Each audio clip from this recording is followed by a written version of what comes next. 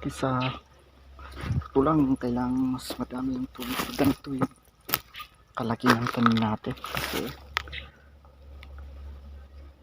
lalo na ngayong summer.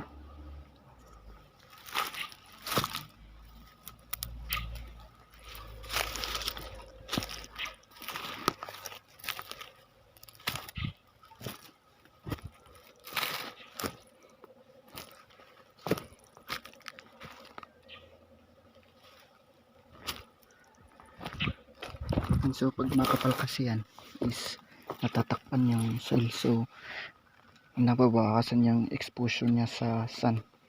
Then kapag overexposed kasi yan is madaling evaporate yung tubig, kaya kailangan talaga mas maraming tubig ngayon pag ganito pa kasi liit.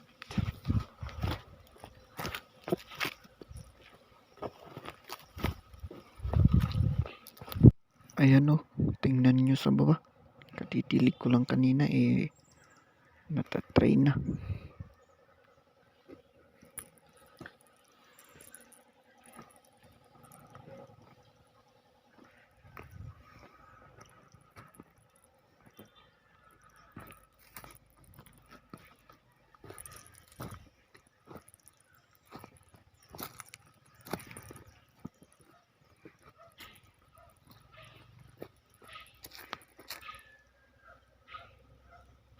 Ayan, so tingnan nyo po yung tanim nila, oh, mas malaki na.